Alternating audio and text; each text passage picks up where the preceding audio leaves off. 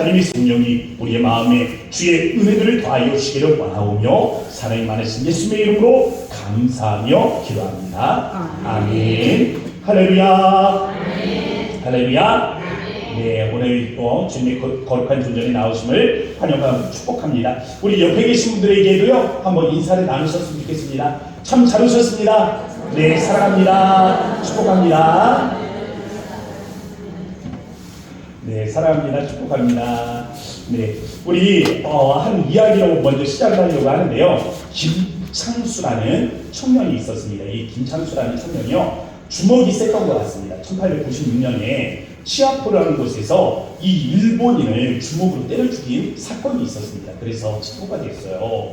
체포가 되어서 재판을 받는데 결국에는 사형 선고를 받게 되었습니다. 1896년이잖아요. 일제 치하에 있었기 때문에 일본인을 때려 죽였으니 당연히 이 사형이 아니겠습니까? 그래서 인천 감옥에 수감이 되었습니다.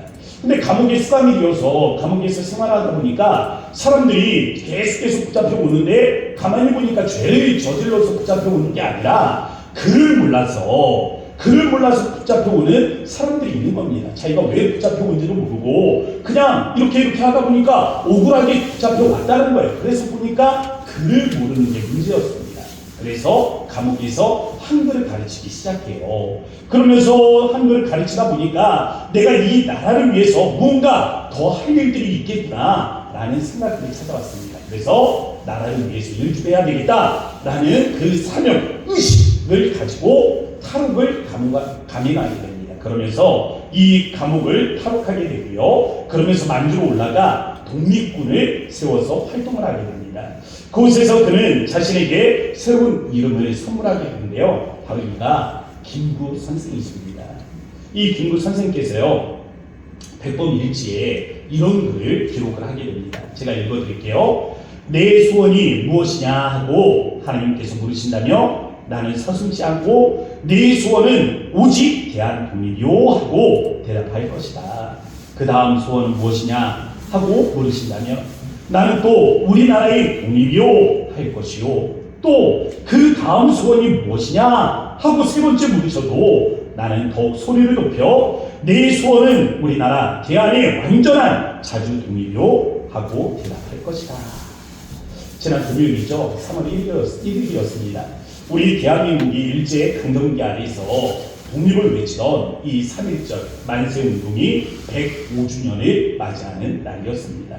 꼬박 그로부터 26년이 흘러서 1945년 8월 15일에 대한민국이 독립을 하게 되죠. 온 땅에 만세 행렬들이 가득 했던 그날입니다. 만세. 그래서 저는요, 이 신방을 할 때 연세가 많으신 분들 있잖아요. 이 가정을 신방을 하면서 꼭 묻는 게 있습니다. 이 100세에 가까우신 분들을 보면 아니 그때 대한민국이 만세 외치시던 그때 어땠어요? 하고 물어보는 겁니다. 그러면 이 어르신들은 그때의 기억들을 기억하면서 들려주는데요. 이 3.1 운동은 지금로부터 105년 전의 일이잖아요. 그러니까 100세를 넘겨서도 이게 어렸을 때 일이라 기억을 하시는 분들이 없습니다. 이제는 기억하는 게 쉽지가 않은 거예요. 이제는 너무나 오래된 일이라 기억에서조차 사라지고 있지만은 그럼에도 불구하고 우리 민족에게 있어서는 이 날이 나라 사랑에 대한 특별한 의미를 부여하는 날이다라는 것입니다. 저는 오늘 본문의 말씀을 통해서 우리가 오늘을 살아가는 가운데서 우리가 어떻게 나라를 사랑하고 나라를 지켜 수호해 나가야 하는지 바로 이러한 이 지혜를 얻을 수 있기를 바랍니다. 우리 첫 번째 먼저 생각해 볼 것은요, 통치자를 위해서 기도하자라는 것입니다. 바울은 디모데에게 편지를 하죠. 이 바울이 목회 서신을 보내면서 이 디모데에게, 제자 디모데에게 말씀을 가르치며 교회와 성도들 앞에 지금 임금을 위해서 기도하라라고 말씀하고 있는 것을 보게 됩니다. 2절 말씀 함께 읽어보도록 할게요. 다 같이 읽겠습니다. 시작. 임금들과 높은 지위에 있는 모든 사람을 위하여 하라. 이는 우리가 모든 경건과 단정함으로 고요하고 평안한 생활을 하려 함이라. 아멘. 바울이 지금 이 디모데에게 편지를 하고 있는 이 시점은 로마의 치하 가운데 있는 시점입니다. 로마의 통치하에 있는 그 시기죠. BC 586년입니다. 이 586년에 예루살렘 성전이 바벨론에 의해서 침공을 당하게 되고 이제 완전히 회파가 됩니다. 그러면서 유대인들이 포로로 끌려가게 되죠. 이때부터입니다. 586년부터 나라를 이룬 뒤에는 제국의 속국으로 살아갈 수밖에 없는 운명을 맞이하게 돼요. 그러면서 바벨론은 어떠한 정책을 펼쳤냐면 이 어떤 나라를 정복하게 되면 그들을 바벨론화 시키는 전략을 펼치게 되는 겁니다. 그래서 이 정복한 나라의 사람들이 바벨론식으로 이 변화되기를 원했던 것이죠. 그래서 우리가 성경을 보면요, 이 다니엘서에 다니엘과 세 친구들에게 이 바벨론식의 어떤 음식을 강요를 하고 문화를 강요를 하고 종교를 강요하는 그러한 모습들을 발견하게 되는 것이죠. 그런데 페르시아 제국부터는 조금 이 정책들이 바뀌어지기 시작합니다. 페르시아부터는 이 제국이요, 종교와 문화에 있어 다양성을 인정을 하고 또 포용하려는 정책을 취하게 되는 것이죠. 왜냐하면 오래된 이 전쟁으로 인해서 이 변방에 있는 도시들이 폐허가 되어지고 그 국경을 마주하고 있는 도시들은 폐허가 되어서 못 쓰는 땅들이 너무나 많은 거예요. 땅을 정복해도 못 쓰는 땅들이 많은 겁니다. 그래서 페르시아 제국의 왕들이 생각을 하는 겁니다. 이 변방에서 왔던 이 포로들, 우리가 땅을 정복하면서 끌어왔던 이 포로들 중에 고향으로 돌아가기를 원하는 자들이 있으면 돌려보내자. 그래서 그들로 하여금 폐허가 된 도시를 다시금 정비하자, 재건하자라는 이러한 목적들을 가지게 된 것이죠. 그래서 제국의 황제들은 포로 귀환을 통해서 이 외곽의 도시들을 재건할 목적들을 가지고 있었습니다.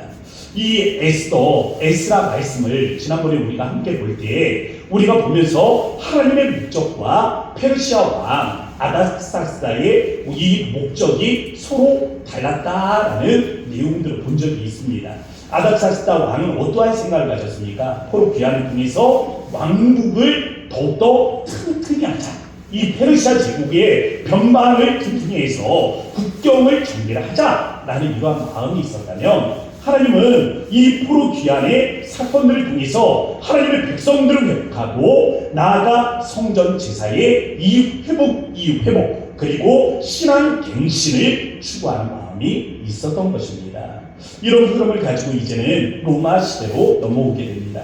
로마는요, 각 민족의 종교와 문화를 인정해 주었습니다.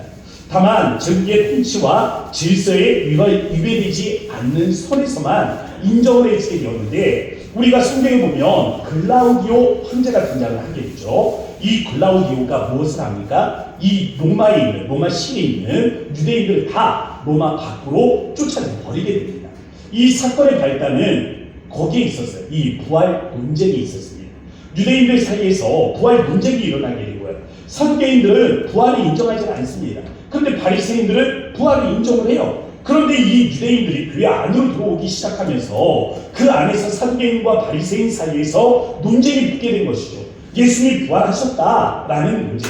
예수님은 그냥 영적으로 부활하신 것이지 몸으로 부활한 것이 아니다 라는 이 논쟁으로 인해서 기독교인들이 서로 다투게 되고, 이 다툼이 로마 시내 안에서 커다란 분란거리가 되게 된 것입니다. 그러면서 글라우디오 황제가 기독교인들을 이 로마 밖으로 몰아내게 된 것이죠. 이후로 기독교인들은 소동을 일으키는 자들이라는 낙인이 찍히게 되고요. 이 낙인으로 인해서 사회, 정치, 그리고 종교적으로 핍박을 받게 되는 것입니다. 바울은 이런 상황에서 나라의 운동과 고위 공직자들을 위해서 기도하라 말씀을 하는데요. 이것은 다만 바울의 이야기만은 아닙니다. 예레미야 선지자도 비슷한 말을 전하고 있어요. 예레미야서 우리 29장 7절 말씀 함께 읽어보도록 하겠습니다. 다 같이 읽겠습니다. 시작. 너희는 내가 사로잡혀 가게 한 그 성읍의 평안을 구하고 그를 위하여 여호와께 기도하라. 이는 그 성읍이 평안함으로 너희도 평안할 것입니다. 아멘. 지금 이스라엘은요, 바벨론의 포로로 잡혀와 있습니다.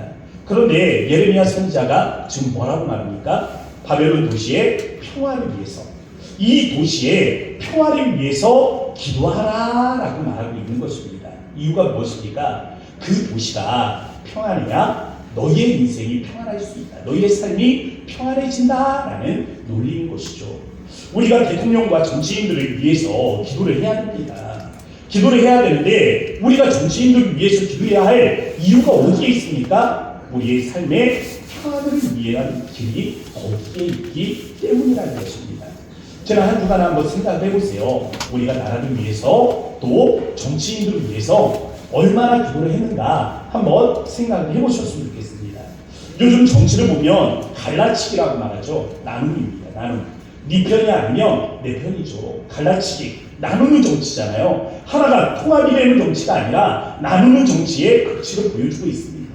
그런데 이것은 다만 우리나라의 문제만 아니에요. 미국도 그렇고 유럽도 그렇고 대만도 그렇고 지난 선거를 보니까 대만도 딱 절반으로 쪼개져 버렸더라고요. 그래서 온 세계가 지금 절반으로 나뉘어진 그러한 시대를 살아가고 있지 않습니까? 네 편 아니면 남의 편이에요. 내 편이 아니면 남의 편입니다. 그래서 우리는 내 편이 아니면 욕하기에 바쁘죠.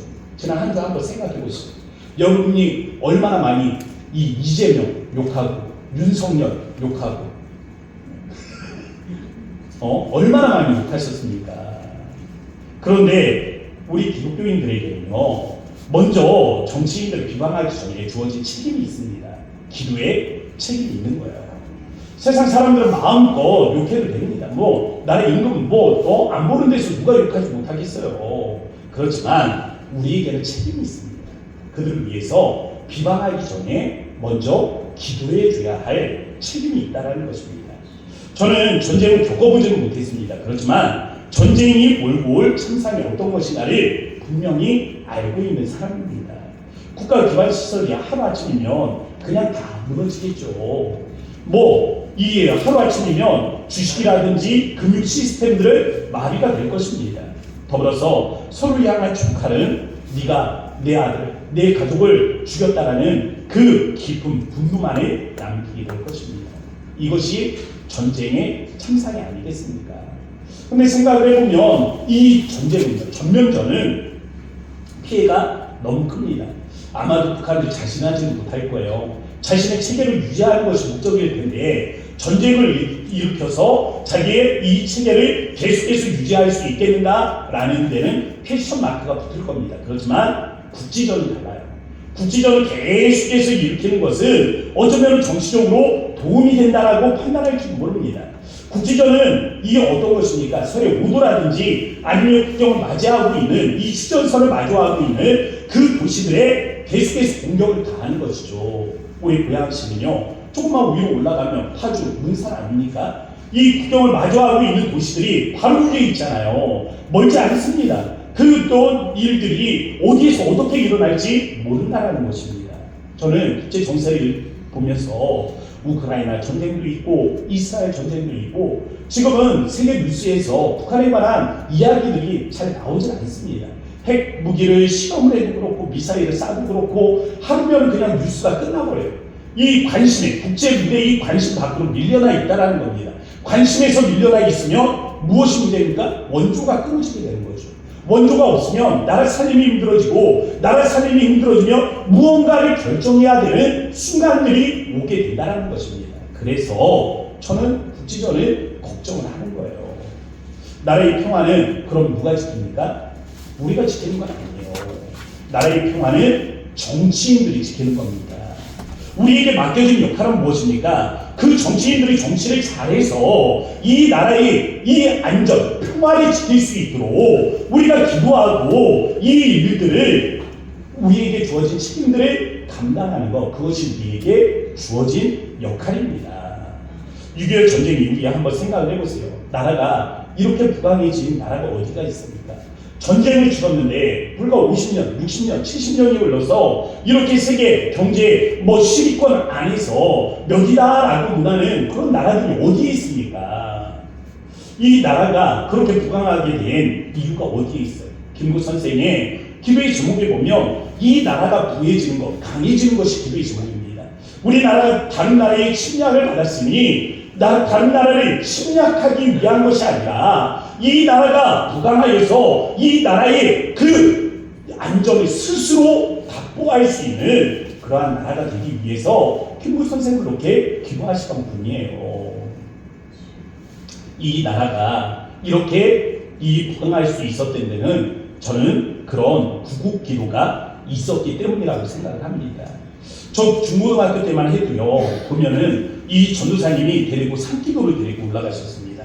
이 삼각산에, 이 꼭대기, 그분이 그 꼭대기를 좋아하셨던 것 같아요. 꼭 학생들 데리고 기도할 때 꼭대기에 올라가서 기도해야 하나님과 가까이 있다고, 하나님 그래도 우리 거 먼저 들어주신다고, 끝까지 꼭대기로 올라가야 된다고, 그렇게 데리고 올라가시는데, 올라가는 공기도 좋고 또 기도하는데도 뻥 뚫려 있어서 뭔가 진짜 하나님한테 식통으로 통하는 것 같은 그 기도가 좀 있더라고요. 느낌이 있더라고요. 근데 올라가다 보면요, 군대 기도하시는 이 권사님, 그 어르신들이 계세요. 그분들이 기도하는 거를 우리 다 듣지는 못하지만 올라가다 보면 그분들의 음성이 하나씩 이 귀에 꽂혀질 때가 있습니다. 그러면 나라를 위해서 기도하고 계시는구나 라는 생각들이 들 때가 있어요.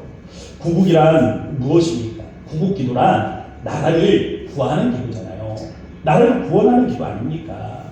과거 한때 한국교회가 전체 인구의 25%를 차지하는 4명 중 1명이 교회를 다니던 그런 시절이 있었습니다.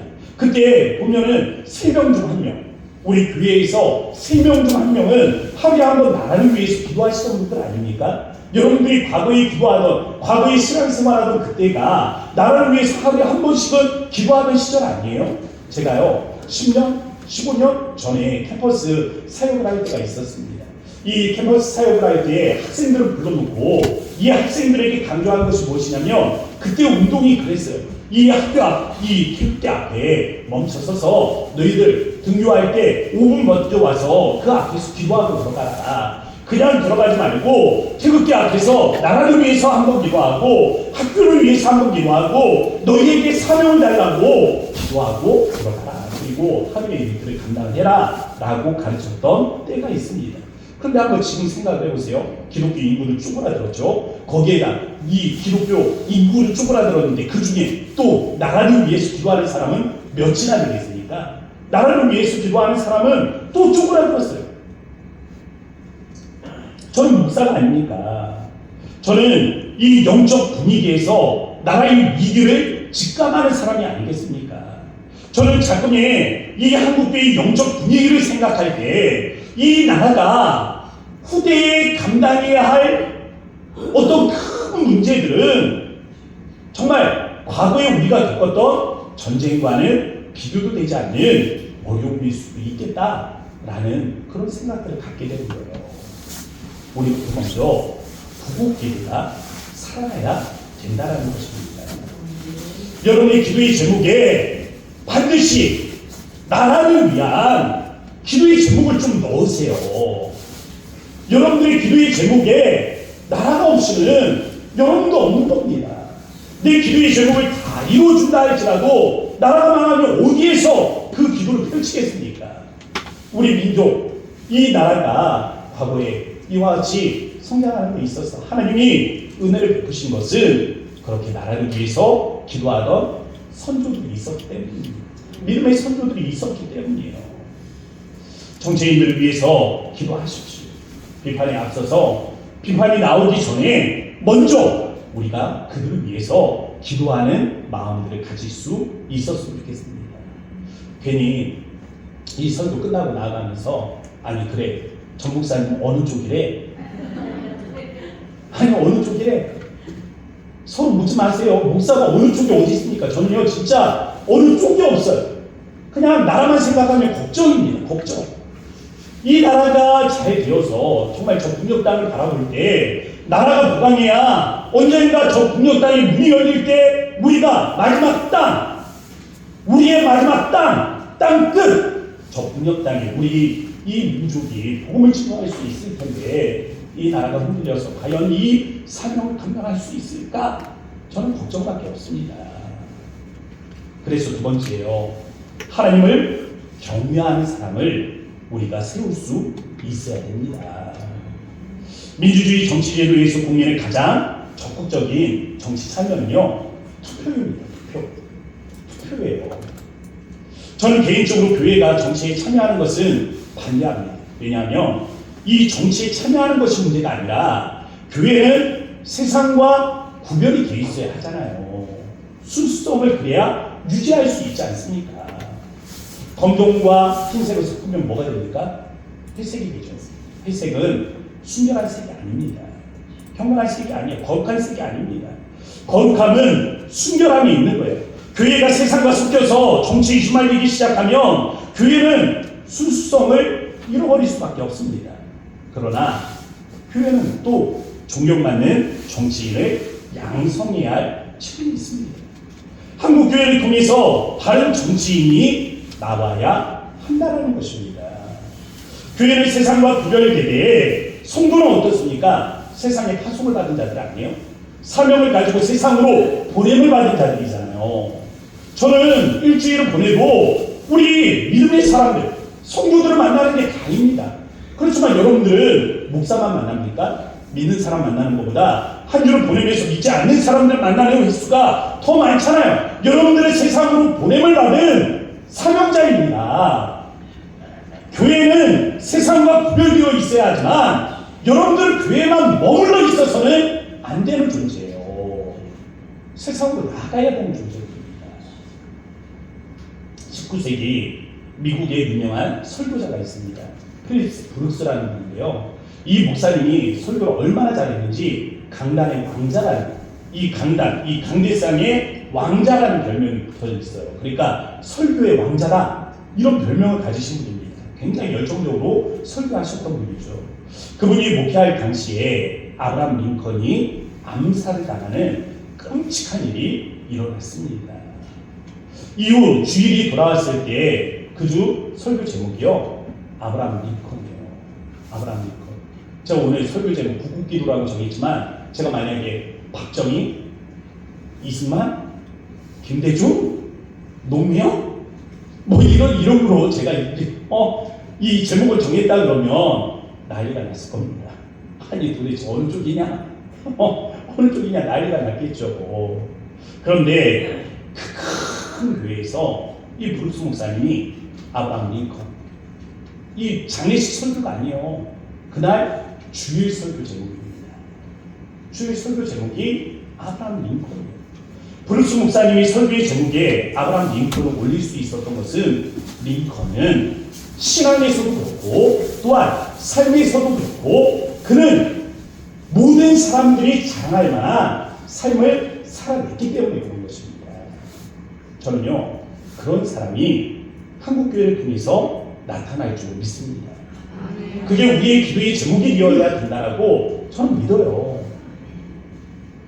브룩스 목사님의 설교 내용에 보면 링컨에 대한 이런 표현이 있습니다. 제가 읽어드릴게요. 오 하나님, 무엇보다 귀한 것은 이 아브라함 링컨은 우리의 목자였습니다. 그는 우리 앞에 하나님을 어떻게 사랑해야 하는가를 보여주었고, 그는 우리에게 공유로운 삶, 거룩한 삶이 무엇인가를 스스로 가장 높은 곳 위치에서 있으면서 보여주었습니다. 링컨은 브룩스 목사님이 말씀한 대로 누구에게나 칭찬되는 신앙인이었고 정치인이었습니다. 미국 대선이 다가오고 있죠. 이 미국 대선이 다가오면서 BBC 뉴스를 보니까 재미있는 기사가 하나 나더라고요. 뭐냐면 이 트럼프에 관한 것입니다.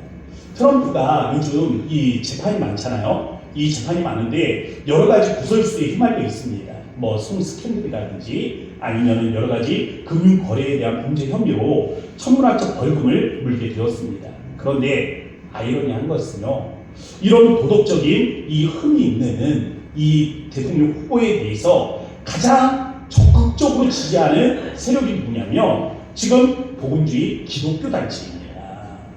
BBC가 의아하다는 거예요.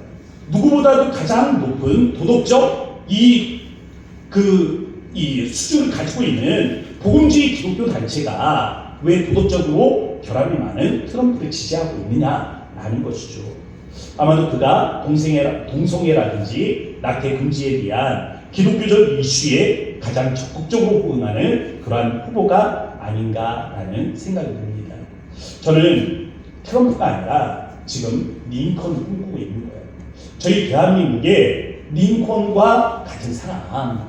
그래서 신앙으로 먼저는 모든 우리 기독교인들에게 정말 모범이 되어지고 또 신앙으로 모범이 될 뿐만이 아니라 그가 다니엘과 요셉처럼 어느 한 시대에 있어서는 분명히 오랜 시간을 해자리면서 존경을 받게 될 정치인이 그렇게 한국 교회로부터 나오게 된다라는 것을 저는 희망하고 있는 것입니다.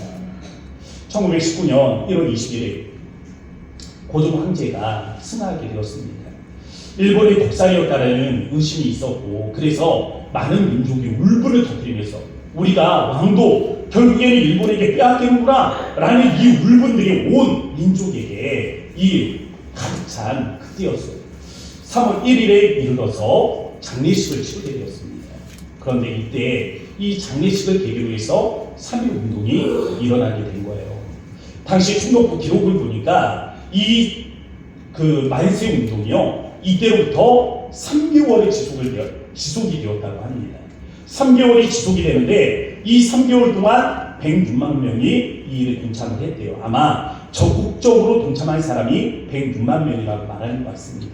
더불어서 사망자가 900명이라고 말하는데 아마도 그 피해 규모를 줄이기 위해서 의도적으로 이것은 아마 이 누락시킨 부분들이 있는 것 같아요. 또 체포 구금된 자가 47,000명이라고 말합니다.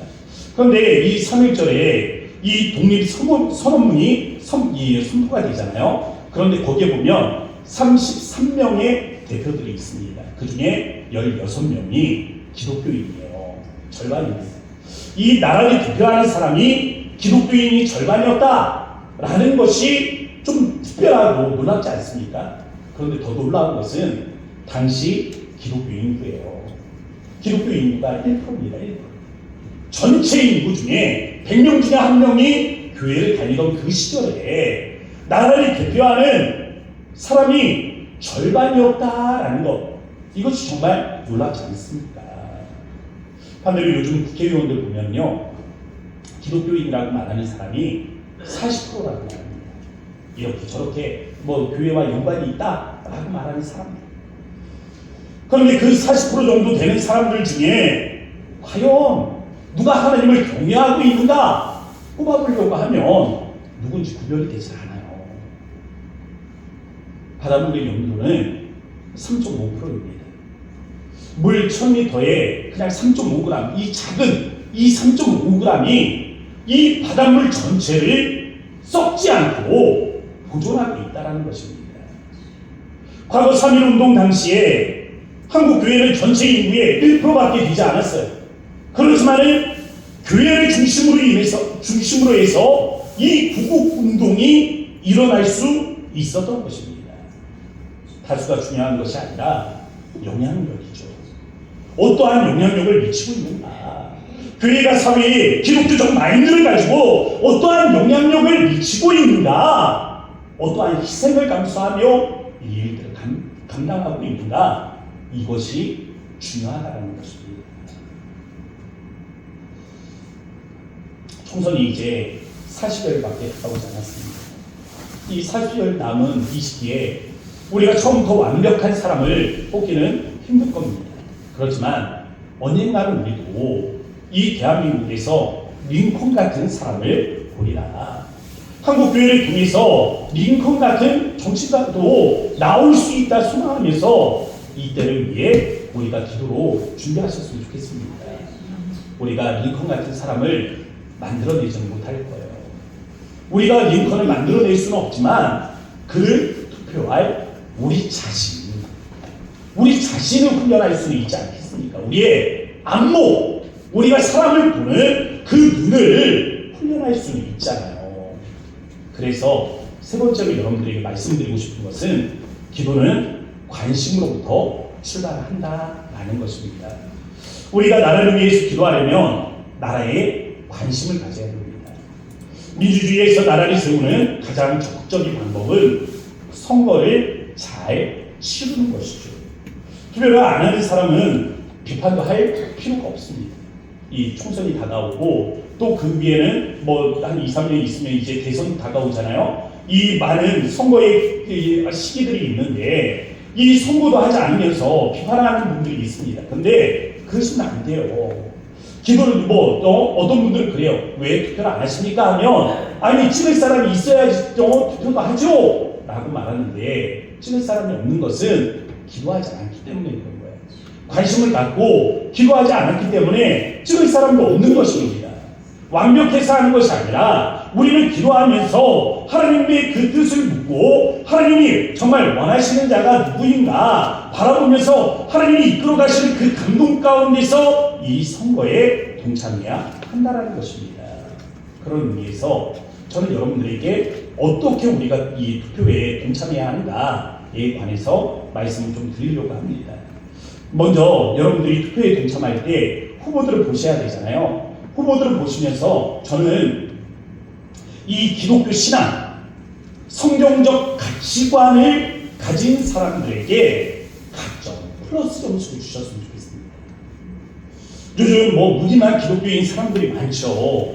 누가 믿는 사람이고 누가 믿지 않는 사람인지 구별하기 어려운 것이 사실입니다. 그래도 하나님을 조금이라도 안다라는 것, 이 안다라는 것이 아예 모르는 것, 생판 모르는 것보다는 그래도 다르지 않겠는가라는 기대를 걸어볼 수 있는 거죠. 그러니 신앙을 가진 사람에게 가점을 주는 것이 맞습니다. 신앙을 가진 사람은 뽑으라는 게 아니에요. 내가 기독교인이다 라고 말하는 사람을 뽑으라는 것이 아니라 그들에게 가점을 주고 바라보라는 것입니다. 기도해 보라는 거예요. 만약에 믿는 사람이 없다면 그 부인이 믿는가를 보시면 됩니다. 그 부인이 믿으면 그래도 좀 다르더라고요. 뭔가 정말 신실하게 믿는 이 부인이 있다는 것은 그 사람을 선한 길로 인도할 수 있는 어떤 가능성이 있는 것입니다. 그래서 기독교 신앙, 성경적 가치관을 가진 그 사람에게 가점을 줘라. 또한 일반 은총의 밝은 자를 우선시하셔야 됩니다. 일반 은총이라는 것이 무엇입니까? 상식 아니에요? 일반 은총은 상식이죠. 하나님께서 자연을 창조하실 때 불어넣으신 기본 원리가 있습니다. 저는 이게 상식이라고 생각을 하는 거예요. 이런 상식을 가진 후보를 우선에 두어야 한다는 것입니다. 최근에 캘리포니아주에 한인 사회에서 난리가 났습니다. 왜 난리가 났냐면 긴급 서명 운동이 일어나면서 이 캘리포니아주 AB 665 법안에 대한 이 반대 의견들이 개진하고 있더라고요. 도대체 AB 665 법안이 무엇이냐? 제가 찾아보니까 부모가 자녀의 성별을 구분짓는 발언을 하며 그릇된 행위다 라고 그렇게 법안이 명시가 되더라고요. 부모가 자녀의 성별을 구분짓는 발언을 하며 그릇된 행위다. 이게 무슨 말이냐면요, 넌 남자야, 넌 여자야 라고 단정적으로 이야기하면 띠 잘못된 행위라는 거예요. 뭔 말인지 모르겠죠. 상식에 어긋나니까 이해가 되지 않죠. 그런데 우리가 이 정치가 선진화된다는 명목하에 언젠가는 대한민국이 이 같은 문제를 맞닥뜨릴 수가 있습니다. 이게 무슨 이야기냐면 아이들이 자라나면서 성 정체성에 혼란을 겪을 때가 있습니다. 아, 내가 남자인지 여자인지 자기의 이 성 정체성에 대한 혼란들을 경험하게 돼요. 여자인데 여자아이가 막 우상처럼 보이고 자꾸만 좋아지기 시작하는 거예요. 남자인데 남자 형을 보면 멋있어 보이는데 멋있어 보이는 것이 넘어서 그 형이 자꾸만 좋아지기 시작하는 겁니다. 그때 내가 남자인가 여자인가 이런 혼란들이 다가올 때 너는 여자야, 너의 정체성은 남자야, 하나님께서 너를 그렇게 창조하셨어 라고 말하는 것 자체가 잘못되었다. 법으로 금지하고 있는 겁니다. 우리나라도요, 차별금지법 등 다양한 법안들이 성평등이라는 명목하에 계속해서 발의가 되고 있습니다. 제가 아들에게 AB 665 법안에 대해서 가르쳐줬어요. 아빠, 그게 뭔데? 하고 묻더라고요. 그래서 이러한 거야 라고 가르쳐주니까 저한테 다시 묻더라고요. 아빠, 근데 왜 그런 법을 만들어? 여러분, 왜 그런 법을 만든다고 생각을 하십니까? 상식을 깨는 거예요. 창조 질서를 깨는 겁니다. 창조의 질서를 깨면 어떻게 됩니까? 그 이전, 창조의 세계 이전으로 거슬러 올라가는 거죠. 혼돈과 공허로 돌아가는 것입니다. 그래서 성경은 우리에게 정치인들을 위해서 기도하는 것이 너희의 삶의 평안을 위함이다 라고 가르쳐주는 것입니다. 또한 여러분들이 투표할 때요, 말을 믿지 마십시오. 그의 열매를 보시기 바랍니다. 사람은요, 다 거짓말을 합니다. 다 거짓말해요. 목사인 저도 거짓말할 때가 있습니다. 그냥 숨기고 싶어서 거짓말할 때도 있고, 그냥 그 사람이 상처를 받을까 상대를 위해서 거짓말을 해줄 때가 있습니다. 뭐 어찌됐든 뭐 진리가 아닌 거짓이죠. 그런 거 아닙니까? 상대를 위한다 할지라도. 그런데 정치인들은 어떻습니까? 정치인들은 거짓말에 특화가 된 사람이죠. 안 그렇습니까? 특화가 돼 있잖아요. 어떻게 그런 말을 했다가 어떻게 저런 말을 저 얼굴로 할 수 있나? 정치인이니까 가능한 겁니다. 여러분들은 못할걸요? 지난번에 했던 말이 그거에서 얼굴이 빨개질 거예요. 근데 그분들은 얼굴 색도 변하지 않아요. 그때 말이 달라지잖아요. 말을 들으려 하면 안 됩니다. 정치인들은 여러분들이 듣고 싶은 말을 하는 사람들이에요. 표 하나를 얻기 위해서 여러분들이 듣고 싶은 말을 하고, 그래서 표 하나를 얻으려고 노력을 할 겁니다. 말을 들으면 속는 거예요. 무엇을 말해야 됩니까? 그들의 지나온 행적들을 보는 겁니다. 예수님께서도 우리에게 말씀하시잖아요. 가시나무에서 포도 열매가 맺힐 수 없고, 엉겅퀴에서 무화과 열매가 맺힐 수가 없다. 그 사람의 걸어온 행적들을 보면, 열매들을 보면 그 사람이 무엇인지를 알 수 있다라는 것을 우리가 지혜로 얻을 수 있는 것 아닙니까? 그래서 말이 아니라 열매를 보라는 것입니다. 마지막으로 관심을 좀 가지시기 바랍니다. 저는 여러분들이 이번 총선에 먼저 관심을 가졌으면 좋겠습니다. 관심을 가지면 기도할 수 있기 때문이에요. 제가 보니까 아직 후보들이 안 나왔더라고요. 혹시나 해서 우리 목사님은 어느 쪽인지 저런 말을 오늘 할까 또 고민하실까봐 제가 후보들을 검색을 했습니다. 그랬더니 아직 전체적으로 확정이 되질 않았어요. 그래서 하려면 빨리 해야 되겠다. 선거 다가오면 이쪽이어서 저리 얘기하시나 저쪽이어서 저리 얘기하시나 헷갈릴까봐 빨리 얘기해야 되겠다 라는 마음으로 오늘 말씀을 전하는 겁니다. 고양시에 가부경정 4개의 선교구가 있잖아요. 우리 성도들 각자 속한 선거구들이 있을 겁니다. 여러분들이 속한 지역에 후보가 누가 있나를 보세요. 그리고 관심을 갖고 지금부터 먼저 기도를 하시기 바랍니다. 기도하라 그러니까 나는 한나라가 아니라 국민의힘이야. 아버지 이번에는 국민의힘이 승리하게 하여 주옵소서. 나는 민주당이야. 아버지 민주당입니다. 여러분 초등학생이 아니면 말씀을 그렇게 받아들이셔서는 아니 되는 것입니다. 정말 간절한 마음으로 부탁드려요. 정치적 이념을 가지고 기도하지 마시고 좀 나라를 불쌍히 여기고 이 나라를 사랑하는 마음으로 기도하세요. 기도하십시오. 누가 맞는 것인지, 무엇이 바른 것인지, 무엇이 이 나라의 미래를 위함인지, 무엇이 이 나라가 사명을 감당하기 위함인지 좀 그렇게 기도하셨으면 좋겠습니다. 이념이 아니에요. 나라를 사랑하는 마음입니다. 나라를 구하는 기도예요.